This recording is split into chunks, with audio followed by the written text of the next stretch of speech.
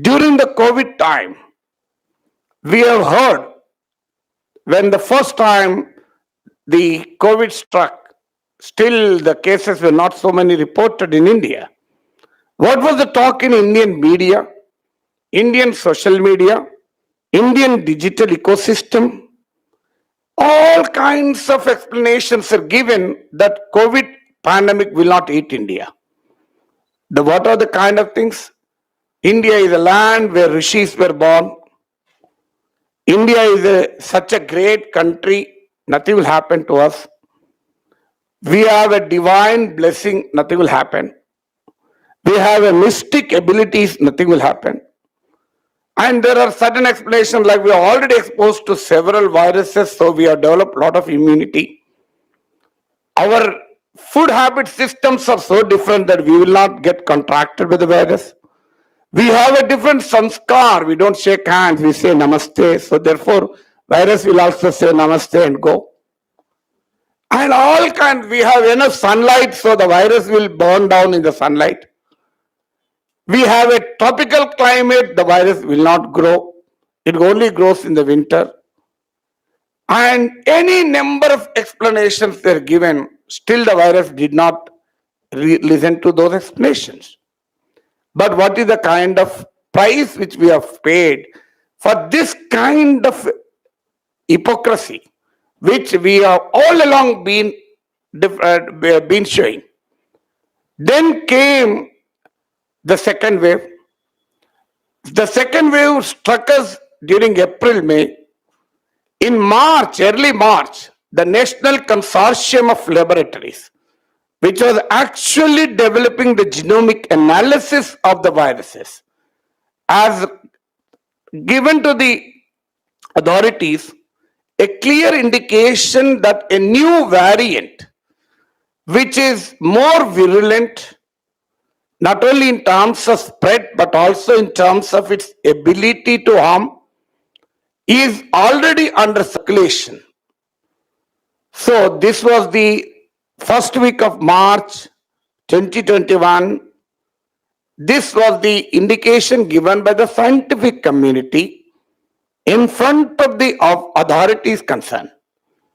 But on March 7th, you have the health minister stating that we have already conquered virus.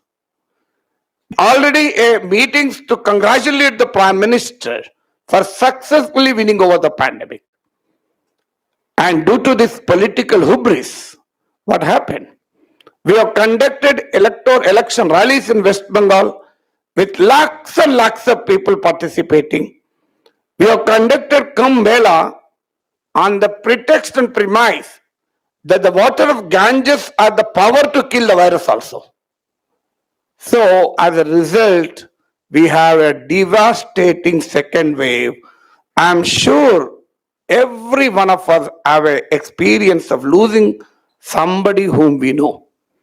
At least we lost our esteemed colleague Balaswamy during the same wave, second wave, a professor in my own department. So a political hubris, independent of the science, National Consortium of the Laboratories, which actually looking at the genomic analysis was warning about circulation of a new portentous virus. But still, we did not take it seriously. Not only so, we had one of the worst second waves. And what are the other two countries who had this, which have experienced a devastating pandemic? The first one is the United States of America. Can anybody say that the USA is not scientifically equipped? It is the land of innovations. It is the land where leaps of imagination combined with feats of engineering to create a Silicon Valley. It is the land where devices and products and services are created which consumers did not ever knew that they needed them also. Such a land of innovations crumbled to the devastating pandemic. A country that is the world leader in technology, a country that is the world leader in innovation, it crumbled because we had a president called Donald Trump who thinks that the hydroxychloroquine can cure pandemic. We had a president who threatens India. If you don't supply HCQ, I'll take care of you. We had a president who is anti-mask. We had anti-vaccine presidents, anti-maskers, anti-vaxxers. And the third country is the Brazil. Brazil, led by Bolsonaro, said that this nonsense, nothing, nothing, pandemic, nothing. And the Brazil is a country where lakhs of people died.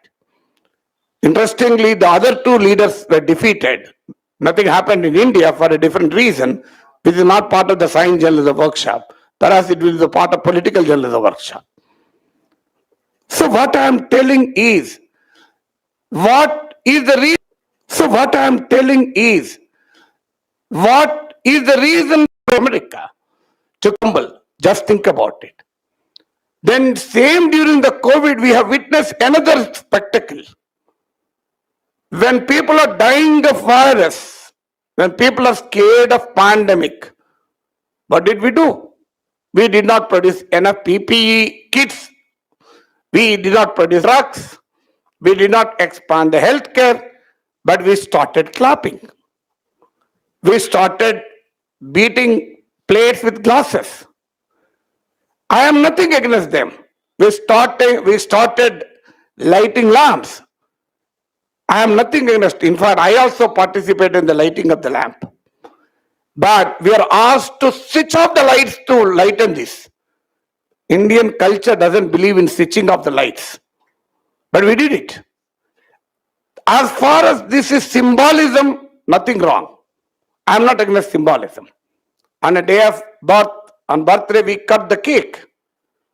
Why should we cut the cake as if we cut the human beings? So we cut the cake to celebrate. We use the candles also. Well, symbolism is not a problem. But what was the rumor industry? What was the fake information industry that has lapped up this opportunity? And this industry says NASA has identified the vibrations of sound emanating from the crores of Indians clapping and crores of Indians being plates with glasses and the virus dying. And we had an industry ecosystem, a fake information industry ecosystem, campaigning that because we have lighted the lamps, the light waves emanating from those lamps were killing the virus across India. And this ecosystem is dangerous. I'm not against lighting the lamp, as I also told you. I myself did it because I don't want to miss this patriotic bus. I don't want to be named as anti-Indian. But I do not agree with this ecosystem which breeds superstitions. Why it breeds superstitions, I will tell you. Two Stanford scholars have written a book, Agnotology, Making and Unmaking of Ignorance. Making ignorance itself is a political project. There is a deliberate attempt to create ignorance because it serves certain vested interests. It deprives the Indian modern human being of logical reasoning. Once you develop an unscientific approach, once you develop a faith-based approach to looking around the world, and once you discard evidence-based approach to knowing about the things, you'll start believing the statements that rupee has not fallen, dollar has climbed. So Newton's law of gravitation, apple has not fallen, earth has gone up. So we start believing this also.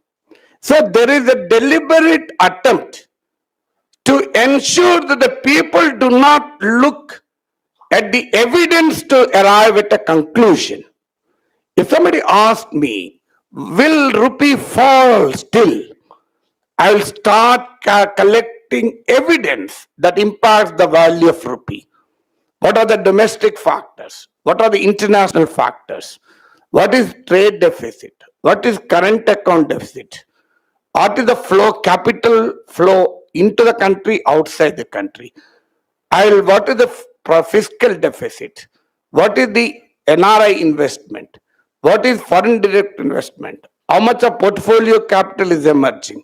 What is the trend of interest rate hikes that is happening? I start collecting evidence, empirical evidence, on whole lot of factors that determine my prediction about the possible value of rupee in the coming months. This is science. Many people think that science is only physics, chemistry, and economics. Physics, chemistry, and biology. Any systematic study of anything is called science. Economics is also economic science. That is the reason politics is political science. So the reason why, if I want to understand a value of rupee, trends in the value of rupee, I will collect the empirical evidence to arrive at a conclusion on the question before me, that will the rupee fall further or will the rupee stabilize? But if I'm driven by faith, what will I do? This is India. India is a great country. Mother India is a very powerful nation. Nothing can happen to Indian rupee. So this is faith. So the problem, the conflict between faith and evidence. Science believes in evidence. Science doesn't believe in faith. But will science fight with faith? Well, I won't fight with faith as long as faith remains with you. I don't fight with faith as long as faith is part of your private life. But the problem comes is when the faith intervenes into the public life. What is the difference between faith in a private life and faith intervening in public life? I am an avowed Hindu. I live as per Veda. I am a Sanatan Hindu. But when I am a judge, when I go to court, will I deliver judgments based on the Sanatan Dharma or will I deliver judgment based on the Constitution of India? I am an avowed Muslim.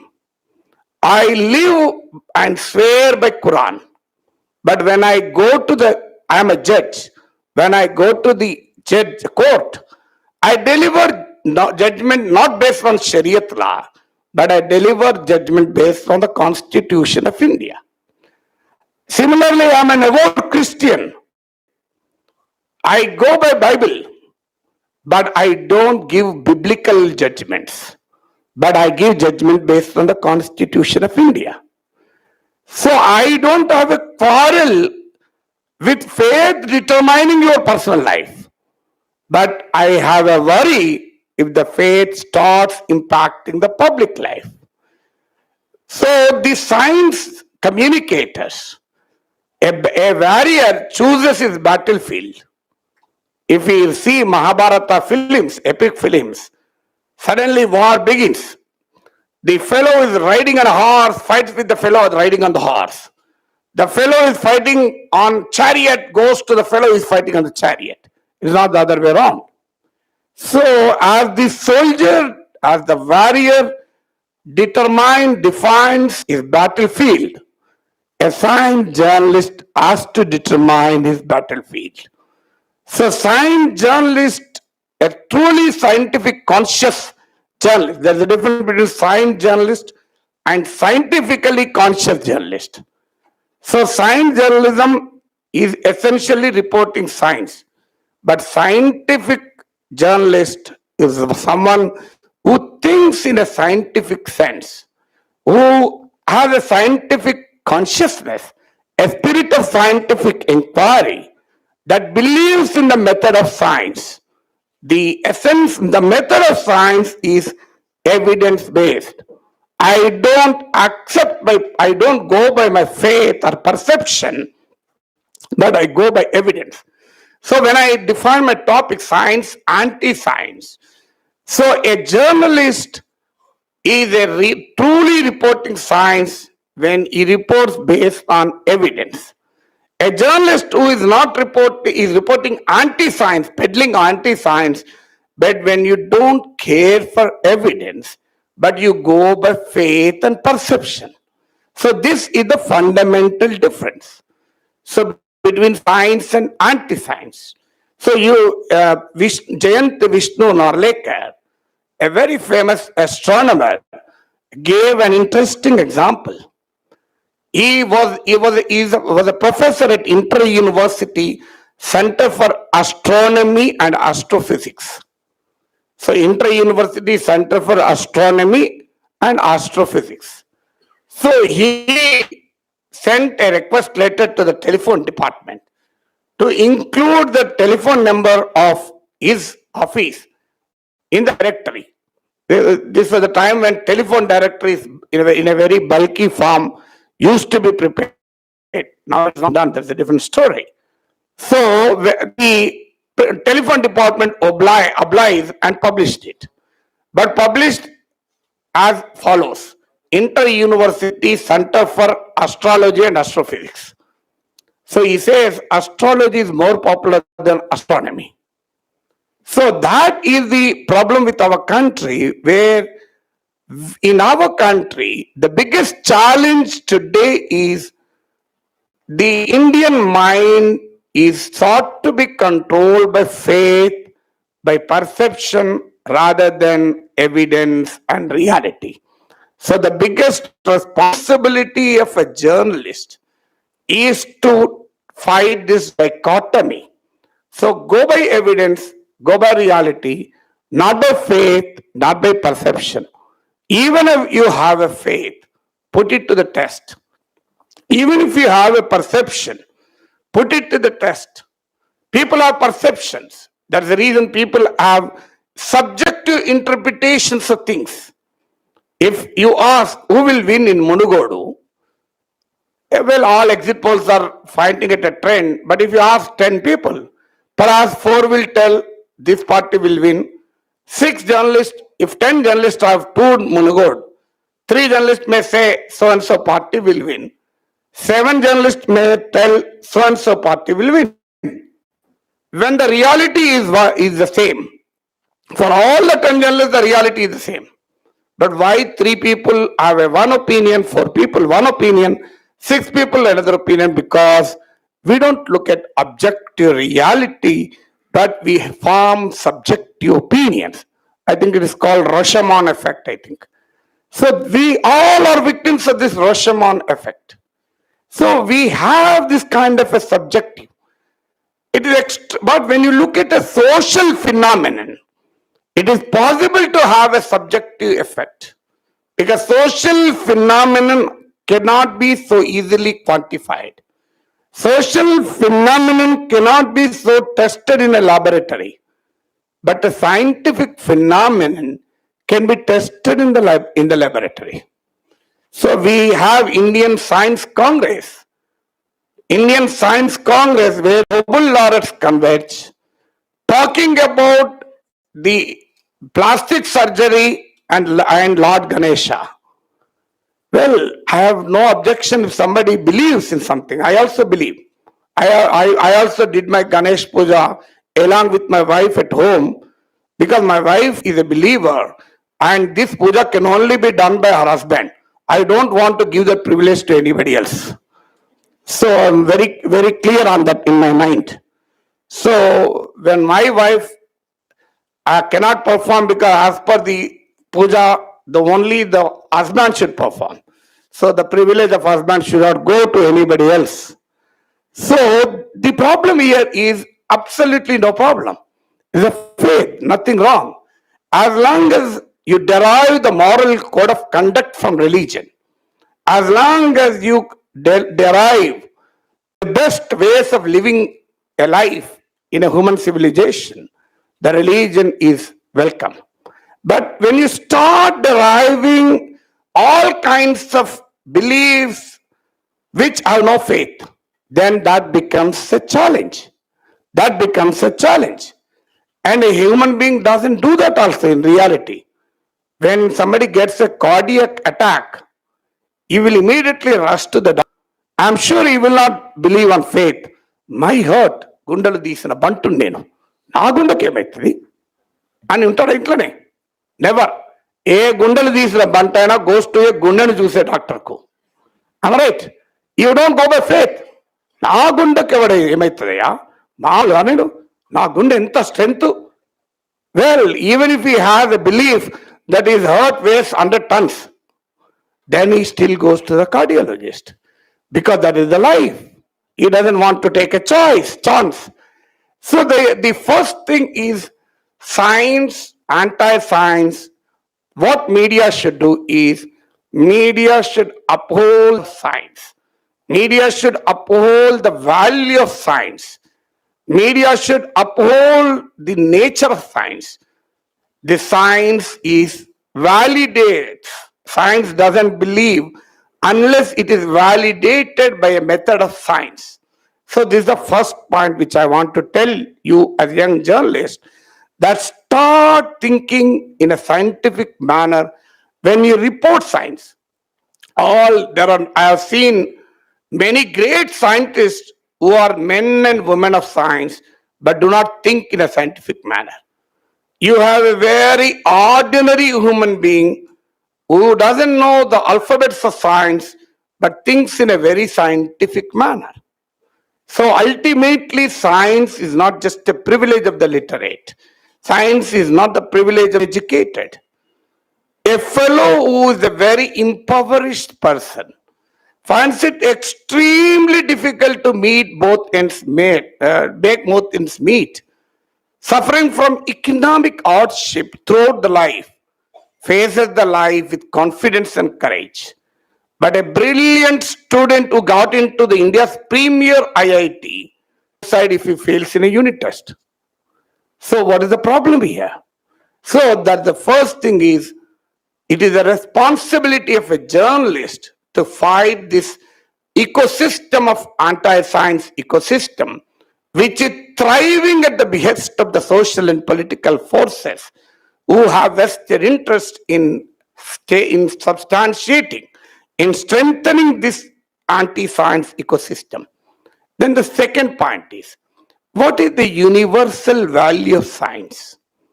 The universal value of science. Science is a cumulative experience of humans. Who has invented the shirt? Who has invented this button? Who has invented this belt? Who has invented the point? Who has invented this table? Who has invented the room which are living in? Do we know them? But the problem is, if there are 11,000 genes, 12,000 genes in maize, the maize is a creation of nature, and maize, the variety of maize which we are using is a result of the cumulative wisdom and experience of generations of farmers. But one company comes, manipulates a gene in it, calls it a pest-resisting gene, and markets it and tries to appropriate the benefits of that maize. So who should have the intellectual property of the 11,999 genes that form part of the maize, and giving in a very simple manner? May not be exactly scientific, and if I am wrong, NIT professor should correct me.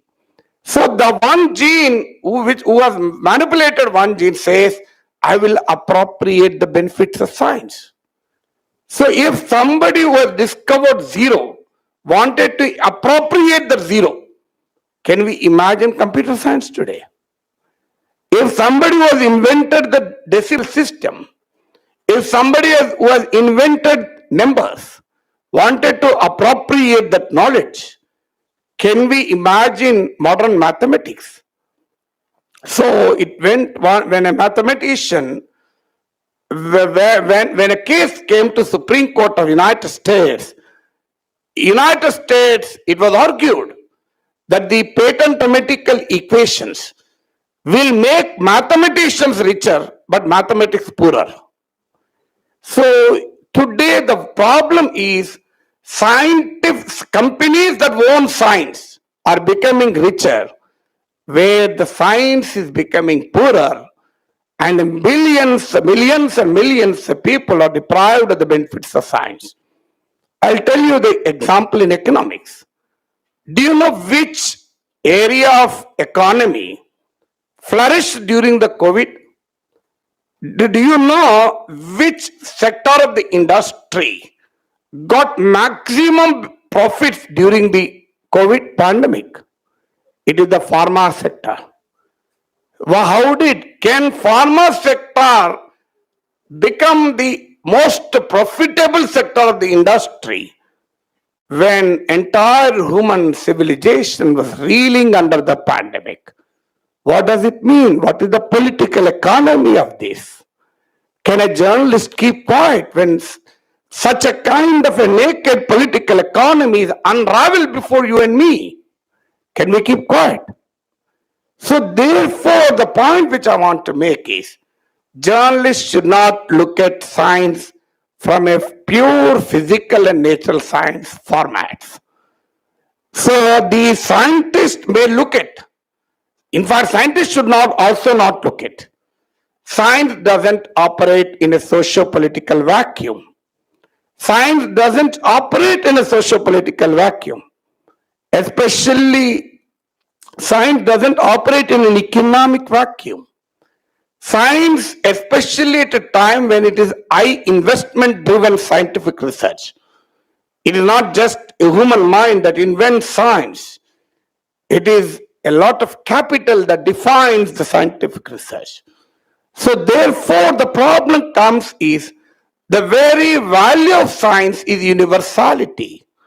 The very value of science is ensuring that people believe that the benefits of science should be distributed in character. People like us were part of a movement, people science movement, that firmly believed that the science should be for social justice. Science should be for self-reliance. Science should be for the social advancement of mankind rather than confinement of the productive forces. So then the question comes is, where do you stand in this? When there is a conflict in the world of science, there are two forces conflicting with each other in a world of science. A force trying to appropriate the benefits of science, and a force that wants to liberate science from the clutches of the world of finance, the world of economics, the world of profits, which wants to put profits over the people. As a journalist, you have to choose your ally. I believe, as a journalist, I choose my ally clearly. I am not in favor of the world of finance that tries to own and appropriate science, but I want to be a custodian of masses who wants to liberate, extricate science to make it a mass goods, to make it accessible to the masses of the world. Then you can ask me a question. Sir, if somebody who innovates, should he not be benefited? Somebody who innovates at a great cost, somebody who innovates with a great effort, somebody who innovates with his intellectual property, should he not benefit? Certainly he should benefit. There's no dispute about it. I'm not telling that the pharma companies should not get profits. If they don't get profit, who will invest? And they invest in a riskier science. Vaccine science is a very riskier science. There's no guarantee of profits. But my question is, there should be a balance between the need to incentivize the innovator and need to diffuse the benefits of innovation.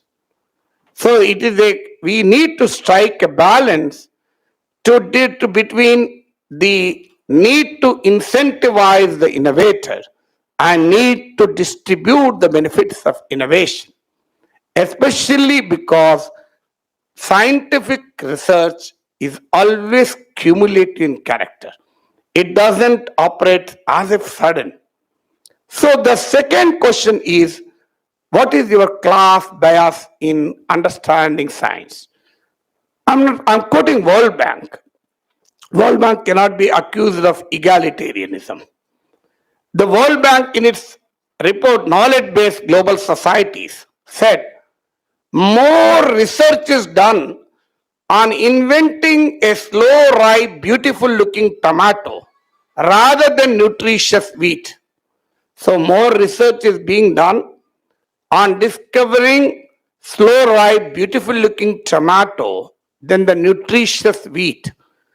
More research is done on cosmetics rather than a cure for diarrhea. So, this is the problem. Both are knowledge. As I told at the beginning, both are knowledge. The cure for diarrhea is also knowledge, and developing new varieties of cosmetics is also knowledge. 10 years back, we never heard Magavarike covers in a vanishing cream. Did we have it? There was only one vanishing cream. There are no men specific. I'm sure after 10 years will come, transgenders create a vanishing cream. It will come because they have started asserting their rights. So why? Because cosmetics is inventing. I am not against innovations in cosmetics, but should a cure for diarrhea get priority in research over cosmetic research? Research in cosmetics, not cosmetic research. So the point question comes here is, that is the difference between a private knowledge and a public knowledge. So knowledge in a public sphere, public knowledge versus private knowledge. So we need to assess when you go out to report, when you go out to a scientific institution for reporting, you should ask a fundamental question. Does this knowledge solve the problems of mankind? Does this knowledge contribute to the profit maximization? Does this knowledge harm the society at large? Does this knowledge advance the humankind? So when you ask this question, you will perhaps report. That's the reason I started my lecture by giving a comparison, creating a new variety of liquor and a business strategy that can market liquor and a business strategy that markets water purifying device are not the same forms of knowledge. So you cannot be value neutral in understanding the uses of science. You should have a value system, whether you have a value system in favor of profits or a value system in favor of people. So are you for people? Are you for profits? Are you for maximizing knowledge for human advancement? Or are you for knowledge for profit maximization? Well, I am still not against profits. I strongly believe that market forces are required to create a competitive economy. Market forces are required to create a competitive society. But I am only against market fundamentalism that puts profits over people. So as a science journalist, when you go out to report a scientific innovation, you should ask these fundamental questions to yourself in terms of reporting, in terms of editorial judgment. What kind of priority I should give if I am a sub-editor, if I am an editor in a newspaper office, if I am a reporter in a newsroom. Should I give priority to a public knowledge? Should I give priority to the private knowledge? Should I give priority to a scientific innovation that maximizes profit? Should I give priority to a scientific innovation that improves the living conditions of the people? Invention of a pressure cooker, invention of a gas stove, invention of a grinder, a mixie has revolutionized the life of women in society. I still remember how my mother used to struggle to produce idli and dosha. I still remember how my mother used to struggle to cook food early in the morning and today I find a sense of relief and gratitude to those who created these devices that has actually liberated average women from the burden of household work and that ensured women participation in the labor force. So that is the power of technology. That is the power of science. The science, that is the power of knowledge. So we have to ensure all these fundamental questions on the political economy of science. Then the third part I want to tell you is science is today a double-edged science. There is a dual science that is emerging. If you look at the history of human civilization, science was essentially was contributing to the human advancement. What made these Homo sapiens, what made human beings so unique in the world of nature? We are not alone in this world of nature. We are part of millions and billions of species that inherit nature, that are part of the nature. Am I right? All of us know that. But what makes human beings unique compared to the species? We are unique from a microorganism. We are unique from a tiger. We are unique from an elephant. We are unique from a bird that gives wonderful music. We are unique from many species. But in this great nature, every species has a cause and effect to live in this. That is the that is the balance of nature. Human beings alone have acquired this ability to destroy this balance in nature. In our insatiable appetite and greed for resources, and in our insatiable appetite to know the mysteries of nature, we are trying to encroach upon the nature. We call this a climate change crisis today. And nature is taking revenge on us. So what made human beings unique? Every species makes some noise. At least I'm sure. If I'm wrong, many species make noise. I think every species, some sounds we may hear, we may not hear. But humans alone could develop this noise into voice and voice into language. So we have a language. I don't know. Animals may also have their language. But we have at least developed this language. Every species has an ability to live in coexistence. Look at ants. You find a stream of ants going as if there is an election meeting in Munugod. They go in a queue. We don't know why are they going. All the dogs will assemble at a place in our street, as if they have a dogs conference. Somebody sponsored it. All the cattle come to home together. Why? The species have a tendency to coexist. The problem is the great thing is humans have developed this art of coexisting into society. And we are now trying to vitiate and dismantle this wonderful art of coexistence with intolerance, with divisiveness. We are going against a character which made humans unique. It made humans unique, this character.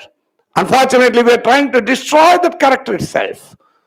We are trying to destroy the diversity itself, which is antithesis to the human character nature. So how did this happen? Humans alone have this logical thinking ability. You take a pen and give it to tiger. Can the tiger write it? Give a sword to lion. Can a lion use it?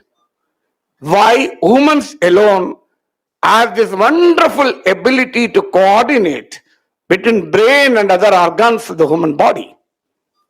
So all this is science only. All this is science.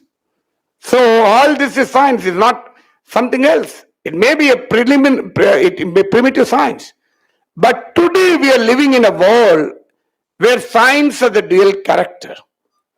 Transplantation of human organs is a wonderful science that's giving new lease of life to humans. But the transplantation science is used for human trafficking of human organs. So science, nuclear science can produce power, but it can also produce a devastating nuclear bomb. So, like, look at any sphere of science today, any branch of science today. Biology gives us understanding of life, but today biology is used to create biological warfare. So, therefore, information technology is a wonderful science, but it's today used to morph to into the privacy. So digital technology is a wonderful science, but it is creating a fake information ecosystem. So what does it mean? It simply means that science has acquired a dual character. So therefore, the progress of science is not determined by the inherent character of science alone. The path of science is not defined by the inherent character of science alone, but the path of science is increasingly defined by the humans who manage science. So, as a journalist, we need to be conscious not just of the inherent character of the science, not just about the pathways of science, but we should be cautious about the managers of science, the forces that determine the trajectory of science, the human resource, not just the man and the woman, but the entire ecosystem of power, entire ecosystem of authority, entire ecosystem of socio-political forces that define the trajectory of science. So, as a journalist, you should be meticulous in understanding the pathways of science. Therefore, you will end up a, a skilled journalist. That's the fundamental difference between an industrial training institute or a polytechnic on one side and a university on the other side. Many don't understand. If we need to teach journalism, we need not teach journalism in a university. We can teach journalism in a polytechnic also. We can teach journalism in an industrial training institute also, where if you know the skill, it is enough. But we teach journalism at the university only because you not only acquire skills, you acquire knowledge, you acquire and expose to ideas that contextualize the skill ecosystem. That was the reason why I wanted to talk about the ideas that govern the trajectory of science. Thank you very much for a patient hearing.